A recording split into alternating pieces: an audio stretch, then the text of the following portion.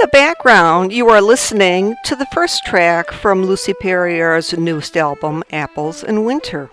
Flute player Lucie Perrier is renowned for her use of the silver bome flute on Irish traditional music, jazz, and world music. Born to a very musical family steeped in Irish traditional music, Lucie defines Irish music as her native language. As she was taught her first tunes by her father, fiddle and box player Christian Perrier, and her first songs by her mother, Jacqueline Fontanelle. Lucie has toured extensively in France with Normandy-based folk band Les Ronds Berleurs, as well as Fest-Noz band and award winner Trio Tarare. Having spent most of her musical life living in Rennes, a place where Irish and Breton music thrive, Lucie crossed the borders and flew 10,000 miles away from her homeland to New Caledonia in 2017 for a one-year in-depth journey into the maze of world music in the Pacific area. There, not 1 month after she set foot on the island, she was already playing on TV with one of Caledonia's most beautiful voice, Rosie Garrido. Then played dozens of gigs with her husband, banjo and box player Nicolas Delatouche, and started working with cello player Marchand, and guitar player Yvonique Fortin. Now based in Les Jura, France, she is busy touring with the husband and wife duet, Lucie Perrier and her big husband, and with Irish music band Flynn and modding music band Congo Yele.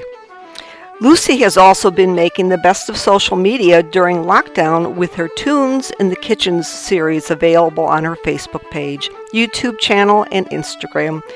Regarded as a skilled, sensitive, and versatile musician, she is also an in-demand teacher. Lucie founded her own music school, L'École Animacore, in 2018. The formidable musical talents of Lucie Perrier and the imaginative and sensitive fiddle playing of Oren Ebert joined forces in an excellent Irish traditional music album released in 2019. Imagine a hazy orchard, apples covered with ice and snow, and two musicians making the leaves dance in the apple trees. If you listen carefully, you might probably hear feet dancing and a fire crackling, Grana McCool writes in Irish Music magazine. Apples in Winter is a very aptly titled CD. Apples are very much a feel-good and go-to healthy option to stave off illness, especially in the winter months. And of course, music is very much prevalent in keeping our mental health alive and well. In fact, never more so than now amid this pandemic world we find ourselves in. Apples in Winter is a collection of 14 tracks steeped in Irish tradition, from jigs to reels, waltzes to barn dances, and hornpipes. This is a collection of familiar Irish tunes alongside those very much stamped by Lucie, with Ebert's experience in a variety of musical traditions combined with Perrier's flute. The result really is a very fine sound. Perrier and Ebert are joined by Eddie Guito on baron, Jackie Bousset on flute, Nicolas Delatouche on accordion, all to beautifully enrich and accompany this fine duo. While Apples in Winter comes all the way from France, there's no doubt the Irish temperament is front and center, providing really good medicine to listen to during this winter season. So, Céad Míle Fáilte to all things Irish. Lucie, I'm delighted to have you on my show. Hi, Anita. Thank you for having me. I'm so happy to have you. It's very, very much so. Okay, so listening to these delightful tunes in the background, we have Apples in Winter, which is the title of your album, Jerry Holland's, and Waylon's Old Sow. So, why did you put those three together? They make a really lovely set. So tell us about that. Yeah. So I think these three jigs are from my repertoire. I think I know, and I put those three jigs together when I was in New Caledonia. That was one of the way I spent my days. It was just putting tunes together, and this set of jigs came up really nicely. I really liked how these three jigs went together. And when the idea of an album with Orwin came up, well, the more we worked on it, the more obvious it became that we should play this set of jigs because of the apples stuff. Because Orwin is a maker of cider and apple juice, and that's how we actually met and started making music together. So it was obvious that we should play these three jigs together. Owen didn't know these tunes before I suggested those, and he loved it. He loved them. So yeah, it was kind of natural to open the album with this set of jigs. It's And just for the source, no, it's just so funny how, of course, the segment of my show is designed to focus on stories behind the tunes, and there are always full of stories. So the cider story is cute, I have to say. It's one of those, really? Okay, you'd never think that. yeah, yeah, that's right. Because I think Owen and I are both shy musicians, and we keep to ourselves, and we need time to, to get it comfortable with people. So we actually started playing music after making cider and having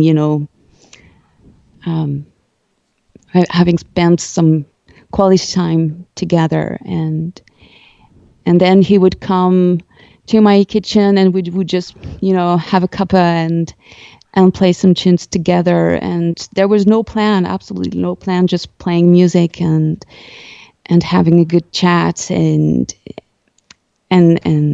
that's it. So there's no big project behind or anything. And it was just when I was in New Caledonia that I missed Orwin and his fiddle so much that I thought, as soon as I get back to France, we'll sit in a studio and record an album together, and that's how it came out. Well, I play the baron. My husband plays the whistle, and I just understand from a musician's point of view that there are certain tunes that all of a sudden energize musicians.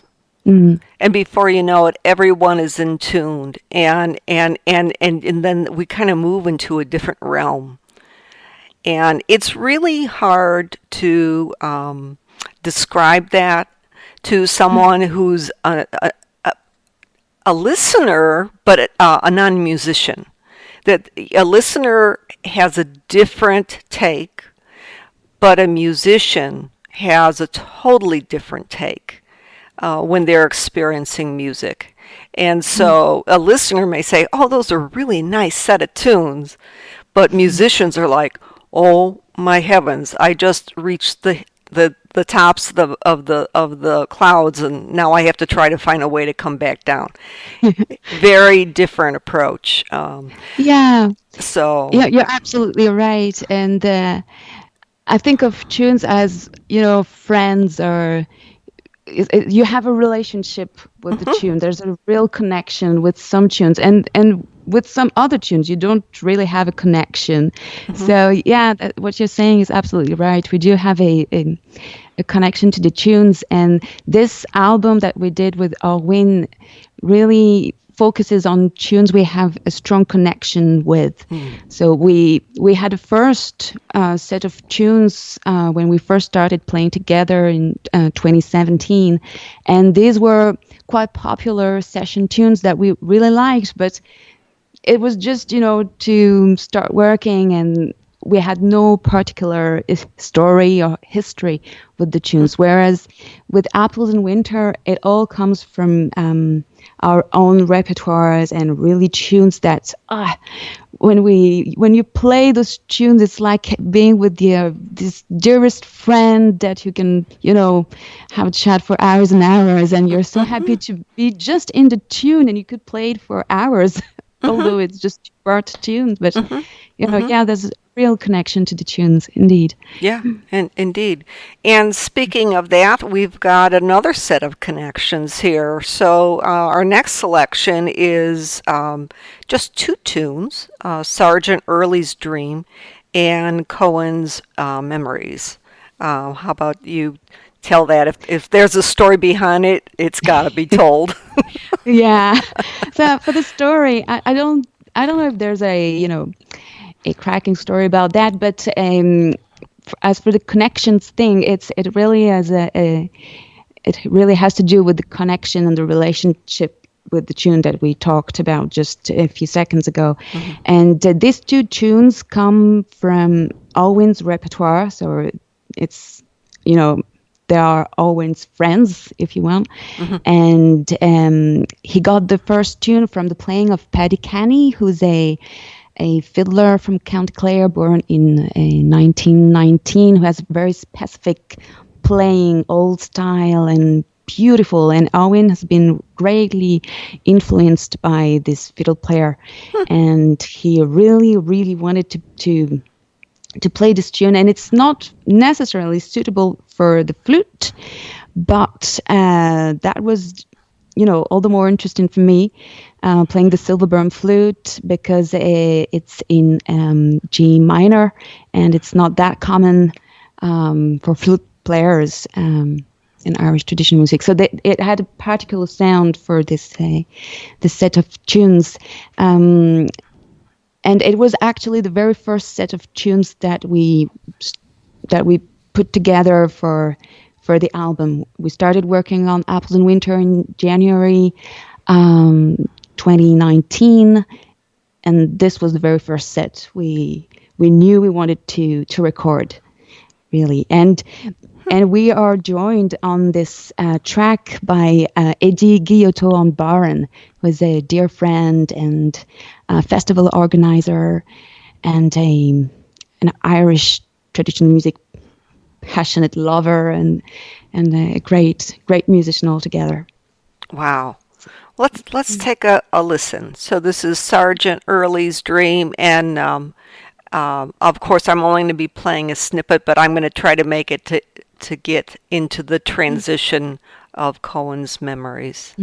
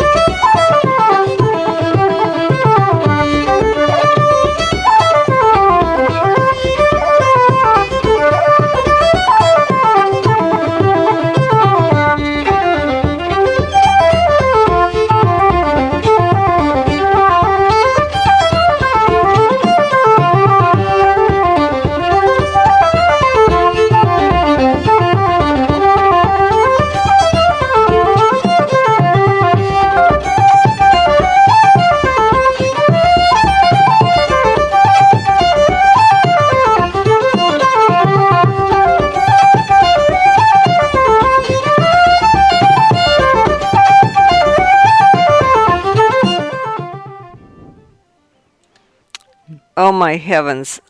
I really love that. I love the bowround playing. Oh my gosh, Oh, great. he has real sensitivity to the tune and where it's headed, the highs and the lows, and it just really brings it to life. Not that you guys matter, but I'm just saying.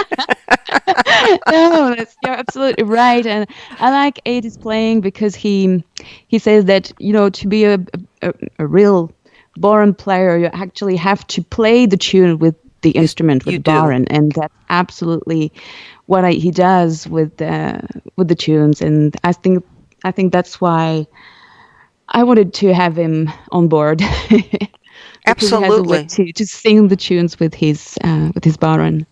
Absolutely. I do have a question about the silver bomb.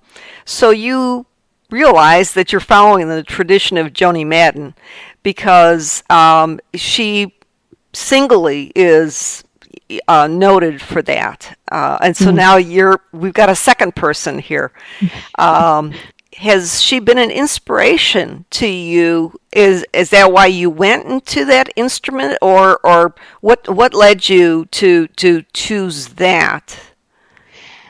Oh, of course, Joni Madden had a major influence on my playing. But the reason why I played the silver bum flute is because of another flute player, a French flute player called Ewan Lebert. He's a Breton musician and famous for playing in a band called Gwendal, and they were quite famous during the 70s, during the Celtic revival here in France, and they played newly composed Celtic tunes with rock, pop, psychedelic music. And I saw them on stage when I was like 10 years old, and I knew I wanted to play that instrument, that Aw. silver flute. I don't know if I was in love with the instrument or the guy playing the instrument, but anyway. Maybe a little both. Yeah. But anyway, this was the reason why I took up this instrument in the first place.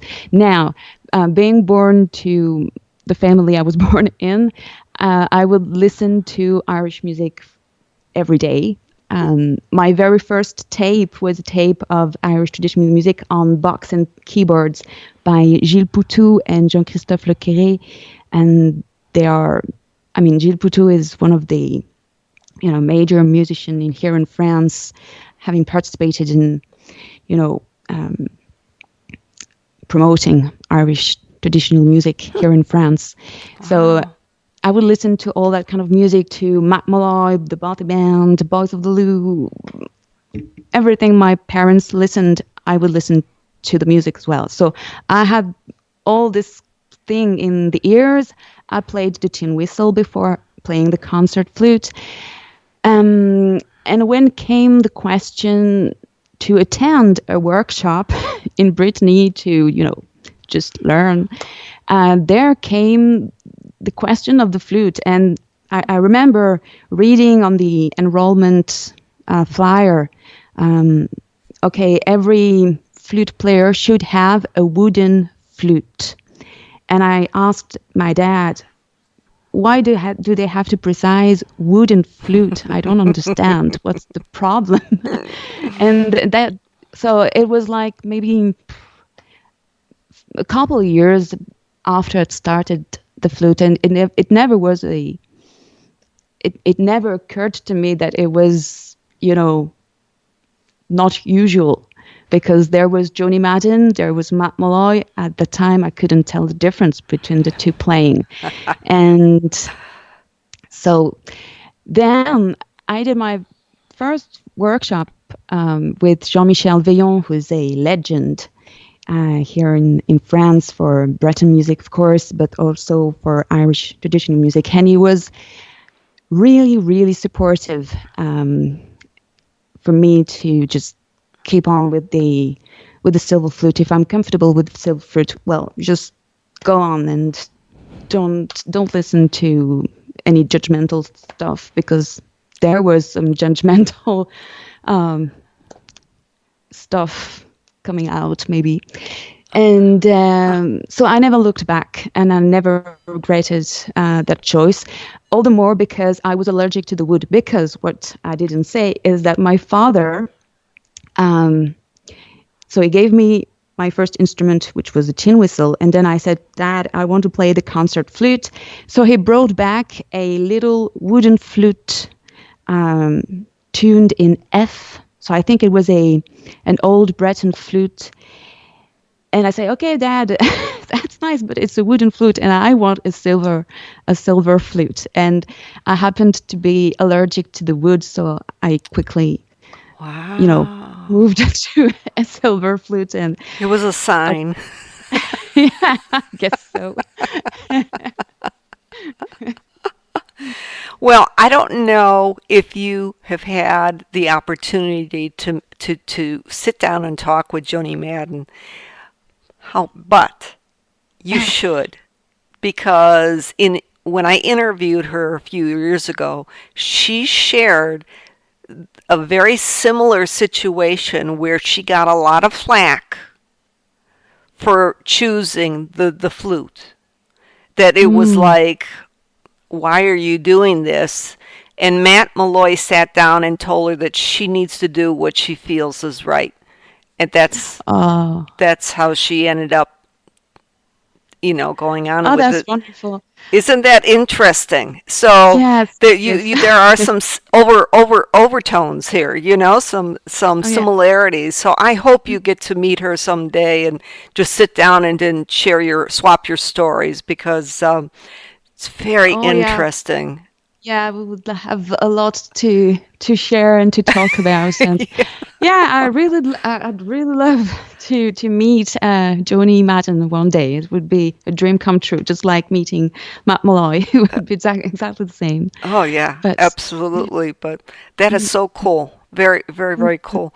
Well, this next selection, I have to say, is really interesting, because you start with the planksty. And then you go into a jig, and one would look at this, a person who's experienced in different styles of Irish music, and say to themselves, really? But the two together are really wonderful. So you can, why don't you tell us why you chose these? Is it Planksty Koa? How is it pronounced? Planksty Koi. Koi. It's the French. Okay. It is. Okay. All right. Yeah. So, and Coco's Jig. So you can explain a little bit about that. Yeah. So these two tunes are two compositions of ours. The first tune is a tune I composed when I lived in New Caledonia, and Koe is the place where we lived. So it's up north, Noumea, and it's a bit in maybe the jungle. I don't know if that's the right word, but wilderness, probably. Yeah, wilderness would be the appropriate word. Mm-hmm. And it was just a beautiful scenery with a river, mountains, trees. I mean, just a tropical country, just like you see on the postcards. And so this was beautiful. And at the same time, it was such a journey living there. And so I had an urge to express, to let go of things. And I would compose a lot at the time. And one of these tunes came out, and it was composed as a tribute to our landowner who died of cancer when we were there. Oh, so it was quite heavy, and we had a journey there. I'm so sorry. Oh, that's life, and all its comfort. Yes, so anyway, and so it's a big tune for me, and so I suggested that maybe we could play this tune on the album, and Owen agreed, and he sent me back some of his own compositions, and Coco's Jig was one of them, and it was my absolute favorite. It's such powerful and beautiful jig in D minor. Did he ever explain why it's called Coco's? I mean, it sounds like it was written for a gorilla. Wasn't there a gorilla called Coco? Any rate, so Oh, I have no idea. And he wouldn't tell me anything about the context, and I don't want to I don't want to, to talk in his stead, and sure. maybe one day he will be able to talk to you and tell you the story behind the tune. But what I can tell you is that Owen came to visit a couple of years ago here in Le Jura. Owen lives in Brittany, and I live in Le Jura, and it's like 700 kilometers. It's Owen is far west, and I'm far east, so it's quite a long trip for us French people. So we didn't get to see each other quite often during the making of the album. We didn't rehearse a lot. We just swapped tunes through the internet. And he came to visit in August 2019, and we sat in a church, a lovely church in a village close to where we live, where there's beautiful sound, and we just love to go there and just play music. And so we sat there and played those tunes, and we played Plank Sticoe, and right after we played Coco's Jig, and we said, okay, why don't we put those two tunes together, because they just fit and it sounds so good. So it does. Oh yeah, it really matched. So we did that, and I thought that maybe we could just close the album with that set of tunes, because it's so personal. So, there's a mysterious atmosphere as well, and it's intimate, I think. It's, it's really our sound, and I thought it would be a nice way to close the album on this, personal touch. Very, very much so. Well, let's take a listen.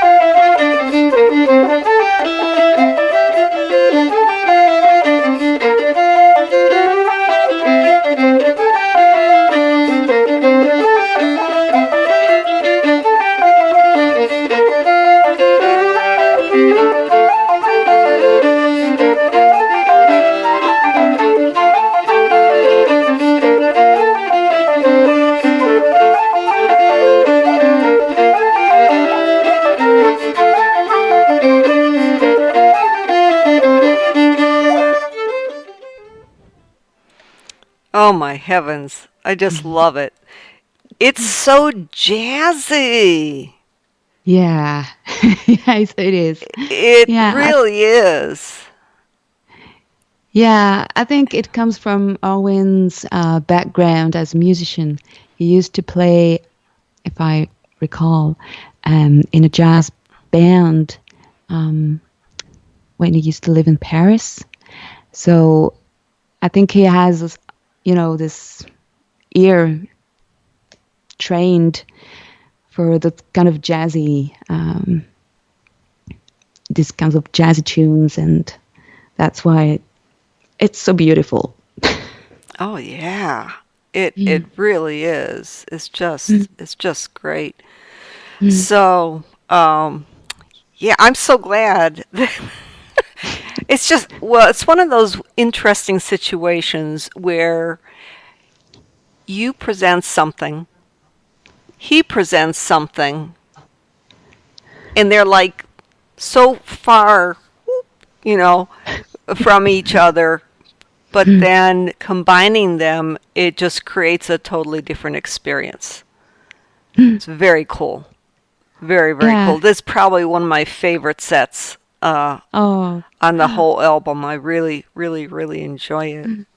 Well, I know that we did touch upon, where your inspiration came from this Mm. album, and we can go back to the cider incident. But do you recall that aha moment that both of you were like, "Yeah, let's do this"? Was there something that that that happened in the course of that time with the cider, or like after the fact, that you were like, you know what, I think something's happening here. Mm. I think we realized that the music was great when we, you know, met most of the time at in my kitchen, Hmm. and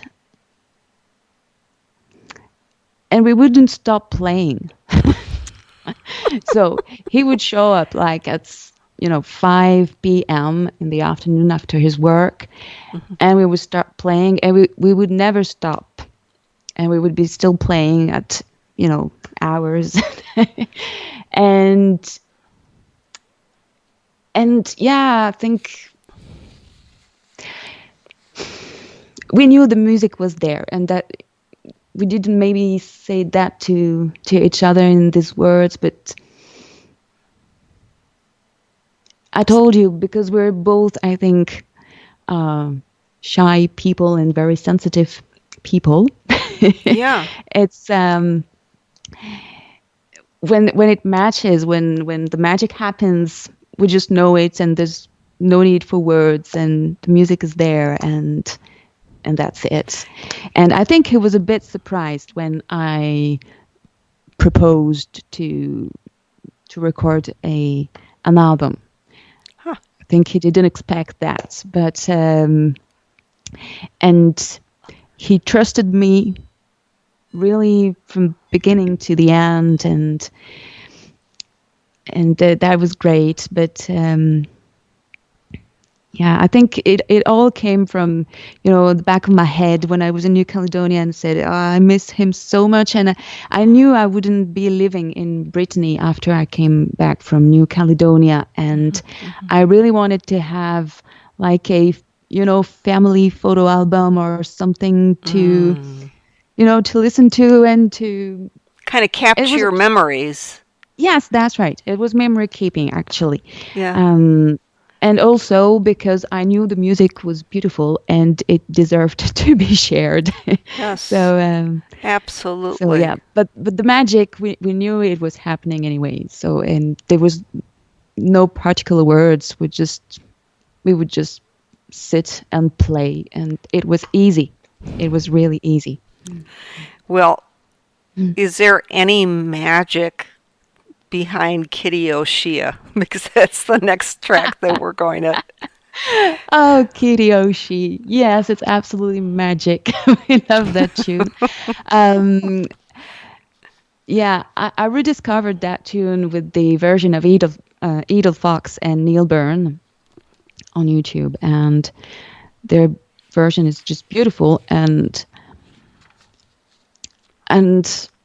yeah, I think Alwyn loved that tune as well. And it was, yeah, with Sergeant Earl's Dream and Con's Memories, it was, the very second tune that we knew we wanted to record on the album, because it's such an interesting tune to play. 7-part jig. Wow. And we just had a lot of fun playing the tune. It's just a so joyful tune, and It you really is. want to dance to the tune when you listen to it. So it was, And so it's much quite a fun. unique tune too, Oh yes, So let's take a yeah. listen. Let's take a Sure. listen.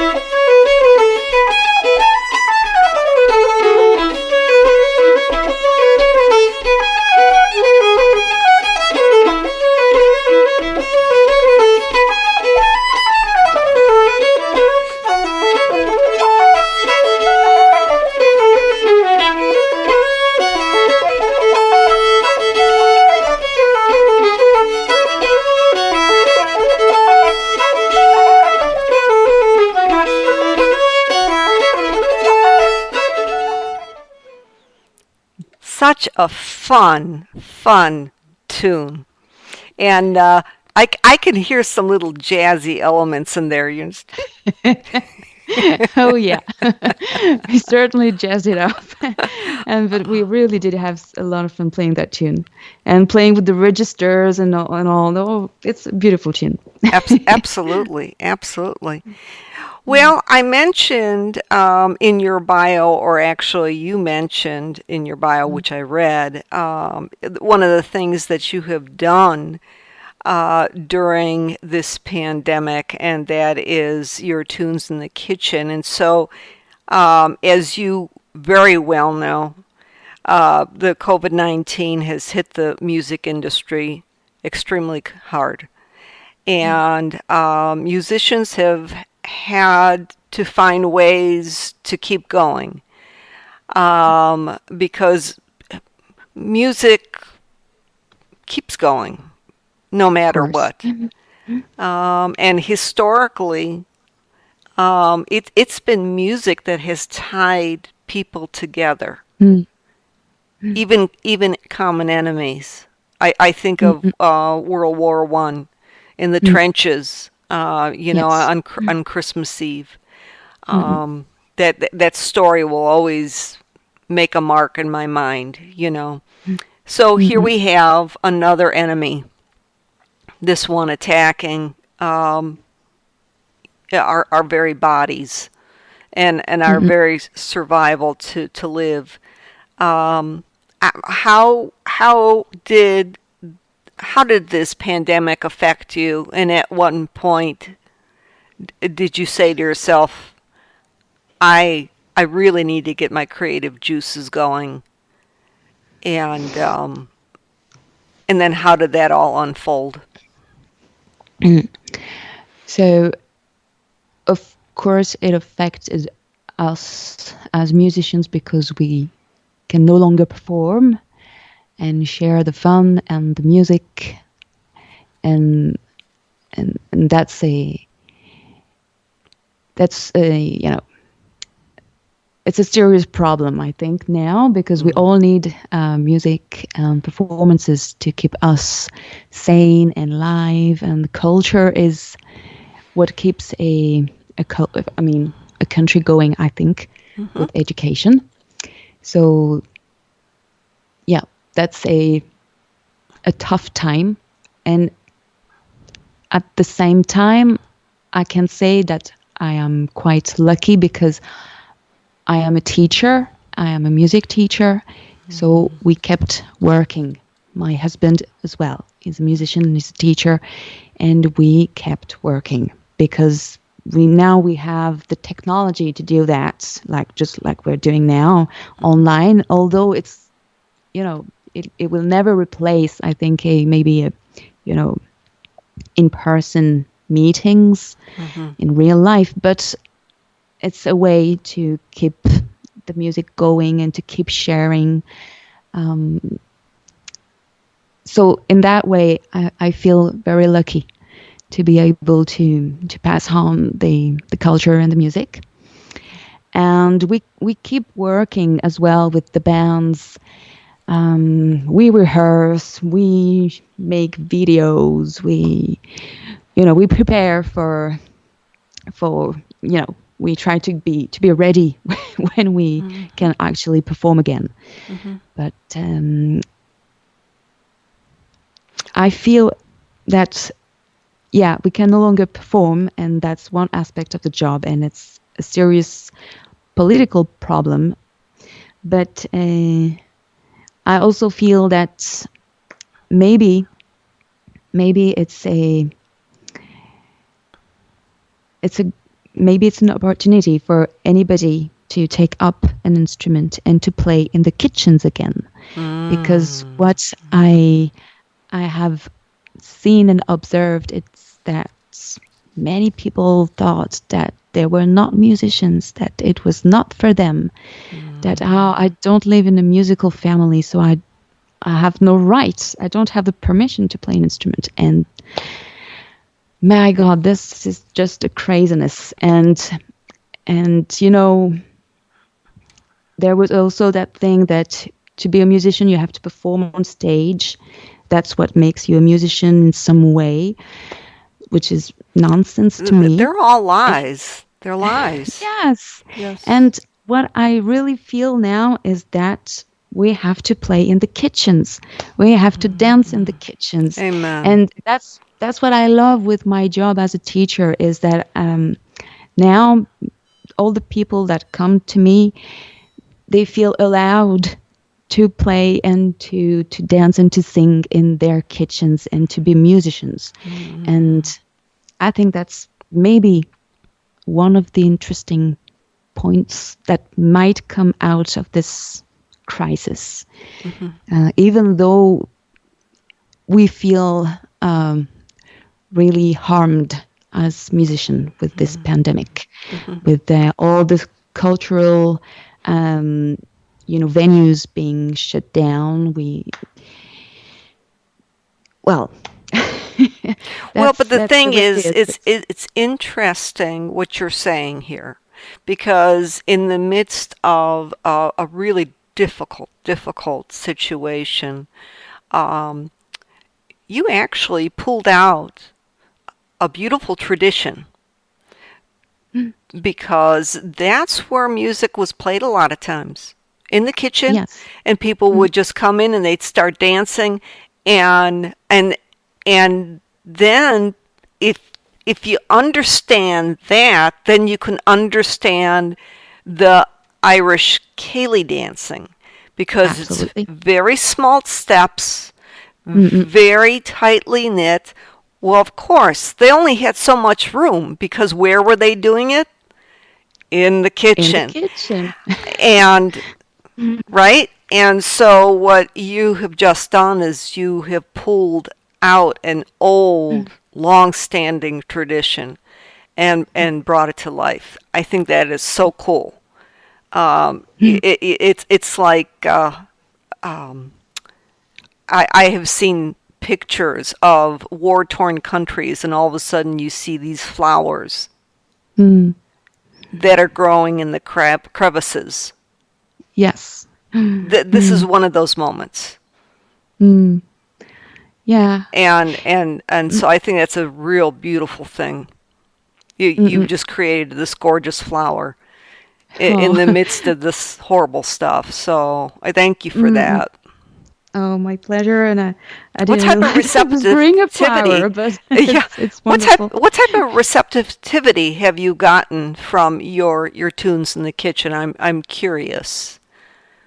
Um, well, there were two volumes. I think the very first one was pretty, no one heard about it. Hmm. And with the second volume that happened during the pandemic, um, I had good feedback, but beautiful feedback, like, thank you for sharing the music, for making a beautiful moment. Hmm. Um, our musicians that were just happy to have tunes to learn Hmm. that they hadn't heard before. Mm. So, and for me, actually, it was for me a way to just to say I'm still alive as a musician, Oh, yeah.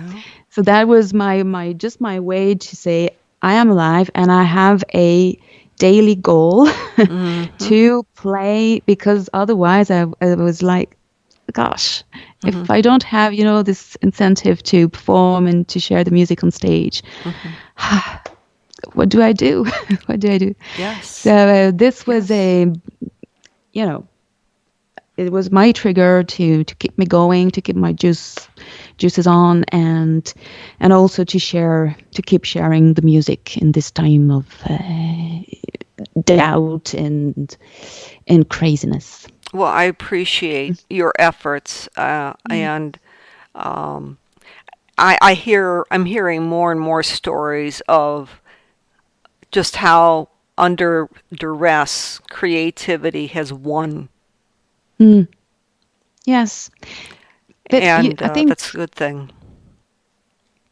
I don't know if I have the phrase correctly, but there is somebody who said during dark times artists start to work, or something like that. Maybe I have it wrong, but I heard it, that's it's sometimes in the most dreadful moments that you sparkle some, flowers start to bloom, because you Hmm. really have to make something out of it. You And that's do. the You beauty of do. our humanity as Yes. creative beings, that Yes. we always have the resources to make something out of the mud, Yeah.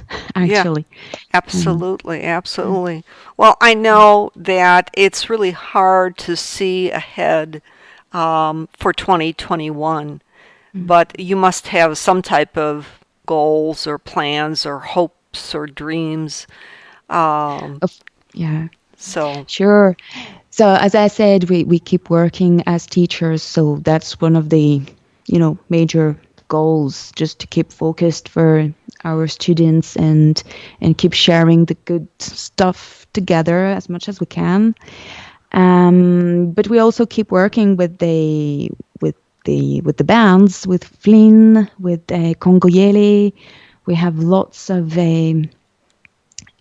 good perspective in terms of things that we want to share. So we want to make videos. We want to to get ready because we know we have gigs coming up whenever this thing is over, even if it's 20 years, we don't care, but we know we have those things.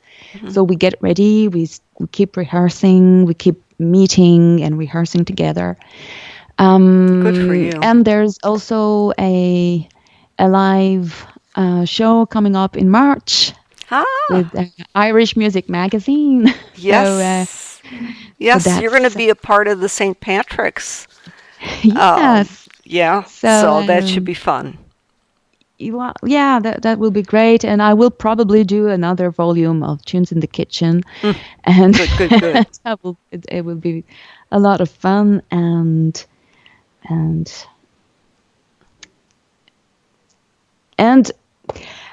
I'm happy because I have another, hobby with crafting and painting and now I have the time to yeah, to practice this craft as well. So all in all, we just try to be patient and to keep playing music just for the fun of playing music in our kitchen. No, that's wonderful. That's so wonderful. Well, I'm just going to take a moment out here to do a public service announcement. But I'm going to first off start by saying that this is WOBC 91.5 FM Oberlin College and Community Freeform Radio, and you're listening to a recorded show of all things Irish, which features traditional Irish music, its modern counterparts, and a little bit of malarkey. And my name is Anita, and I am your hostess. And if you're looking for the latest and the greatest in the Irish music scene, look no further than Irish Music Magazine, the definitive voice of Irish music worldwide, CD reviews, musical history, list of festivals, and so much more. Go to www.irishmusicmagazine.com for more information. And we are tuned in now, having a lovely conversation with just a lovely, lovely, lovely person. I wish we weren't so far away. I would love to give you a hug right now. Lucie Perrier, and we are discussing her album, Apples in Winter, just having a delightful conversation. So we were going to continue here. For your fifth selection, you have chosen, now interestingly enough, because you talked about memories from Caledonia, this one is called Farewell to Caledonia. Funny how that works. And you have coupled that with The Stork Takes Its Flight. Tell us a little bit about those. So those two tunes are waltzes I composed. Nice. And, well, the first one, because we were flying off from Caledonia back to France, and it deserved its tune as a farewell. And The Stork Takes Its Flight is actually an older tune. I think I composed that tune 10 years ago after a walk with a good friend and fiddle player called Benoit Volant. And this waltz came out of it. And it's only a couple of years ago that it found its title. And I was kind of obsessed with stork. So that's why. And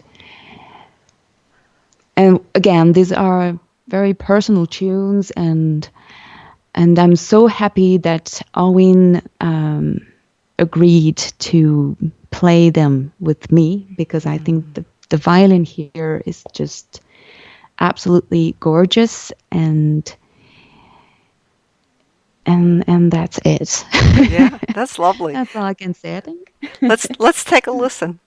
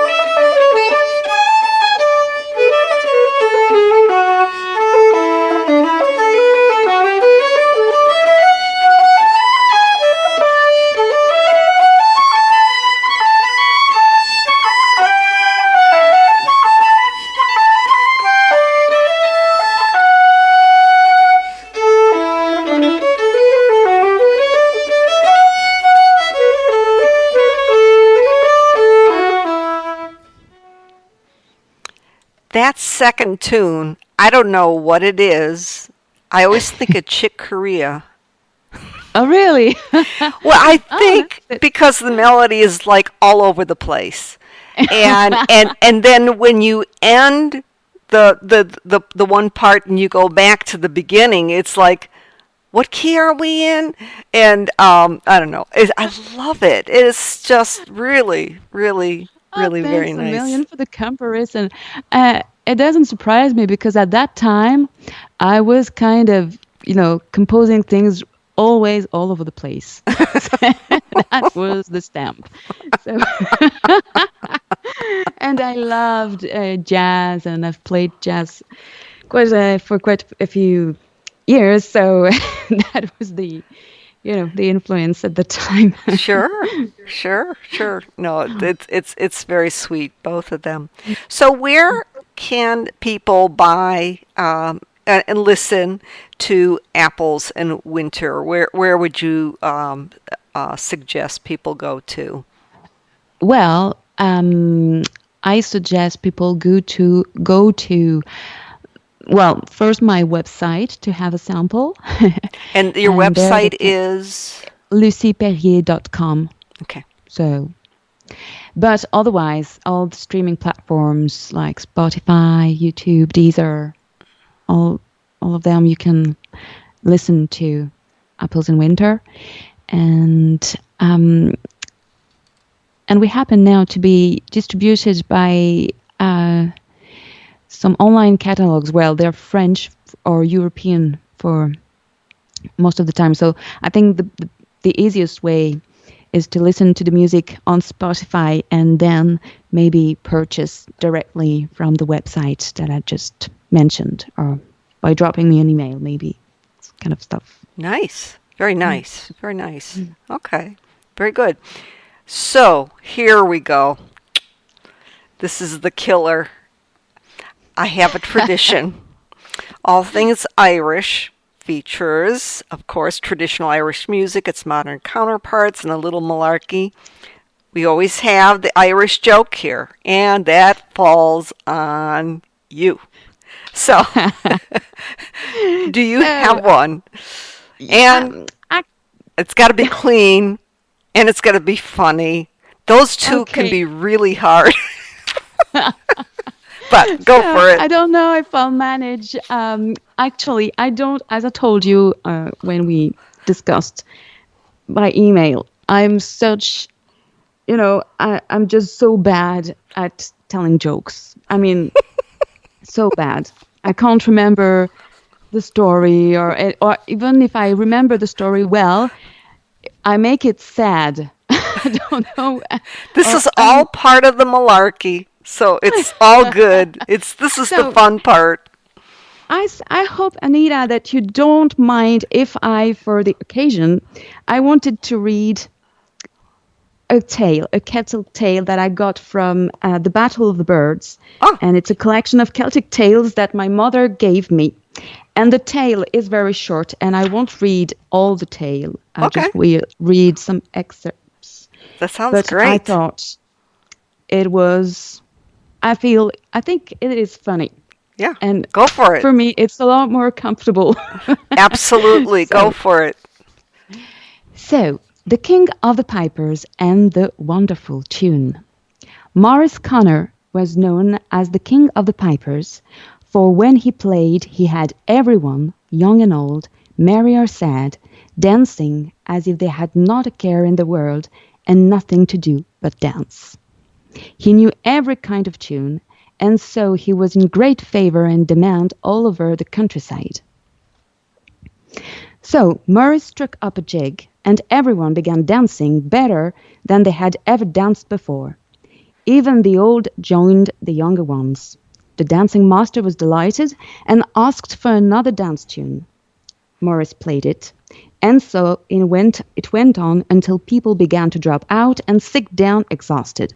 Maurice himself was breathless. "Will you have a dram?" asked the dancing master. "Oh, I will, and thank you kindly. The trouble is, I haven't such a thing as a glass. I've only this bottle of whiskey." "Oh, that doesn't matter at all," said Maurice. "I can drink out of the bottle." And so he did. He put the bottle to his mouth and drank not a dram, not a quarter, or even half the bottle, but the whole bottle. The whiskey flowed down his throat like a waterfall over a rock.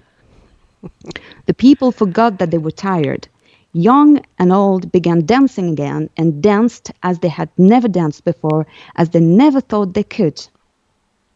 Then, up from the sea, came a lady, the loveliest Annie had ever seen, wafting along the shore like a wave. On she came over the beach, up to the field, and spoke to Maurice in a voice sweeter than any music he had ever heard. She danced to him, following the wonderful tune. "That is a sea tune," she told him. "You have drawn it from the waves." Drawn it from the waves. "Maurice, king of the pipers, you should be a piper to a king. My father, who is king under the sea, will welcome you, and I would have you as my husband. All my father's treasure will be yours. Come with me, Maurice, come down to my father's palace and his kingdom beneath the waves." Next year and the year after, the sound of Maurice's pipes was heard from the depth of the sea. It is said that you can still hear the sound of Maurice playing his wonderful tune. But if you go to listen, let me give you 3 bits of advice you'll do well to follow. If you hear the tune down there in the depth of the sea, don't try diving down to find him. If a mermaid comes up from the waves and speaks to you, bow politely and come away. Don't listen to her, don't answer her. If you were to bless yourself with the sign of the cross, it would do no harm. And don't try to swallow a bottle of whiskey at one go as if it were a glass of water. That will do you no good at all. And that's the end of the story. That's great. I love that tale. Oh, well, and you told it well. So there you go. Thank you. I did my best. Yeah, storyteller. So this is good. Yeah.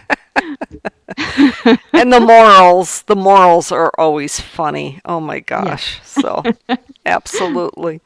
Well, it's been, and like I said, it really has been an absolute delight to have you. And I am just so thankful that you took the time out, because this is like, you're supposed to be in bed unless you're a night owl, to have this conversation. And I am just really indebted to you for taking the time to do that. It just touches my heart. I just really appreciate that. Oh, and, that's so sweet. And I totally enjoyed everything that's been presented, everything that you said. You've provided a new perspective on this album, because these are your memories, and you've been able to encapsulate them in this album, and now you can ponder for as long as you want. Yeah, indeed. But you've shared a great gift to the world because of this, and I certainly hope that this album goes far and wide, and that there's more albums to come. But yes, it's a lot of fun. I'm talking Owen into doing maybe a second one. And he said, "Oh, yeah."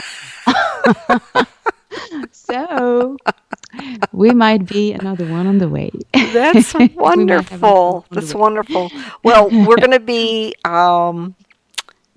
finishing up with the full play of a set here of 2 tunes, Glentown and Dowd's Reel. Sorry.